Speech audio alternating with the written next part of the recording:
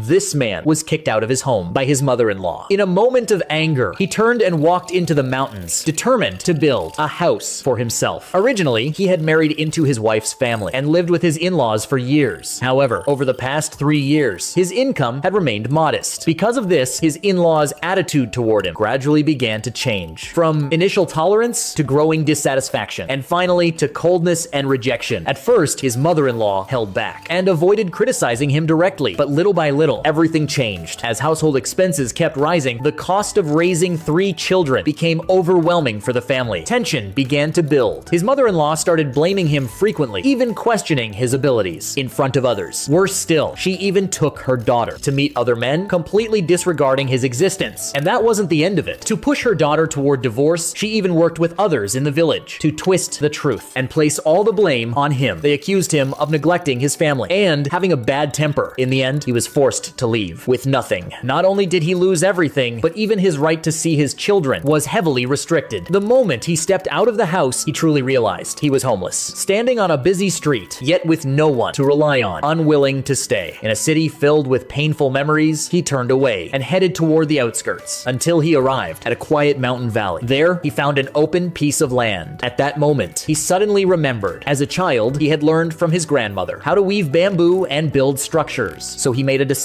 Right there, he would build a house for himself, relying on no one, only his own hands, to start life over again. Next, let's take a look at how he built this house from the ground up, step by step, from nothing to something. By the end, you'll be completely amazed by his craftsmanship. Although the video is only a few minutes long, this house took him a total of 7,746 hours to complete. Every brick, every piece of wood was crafted by his own hands. If you were moved by his perseverance, don't forget to leave a like. Your support is what keeps craftsmen like him going.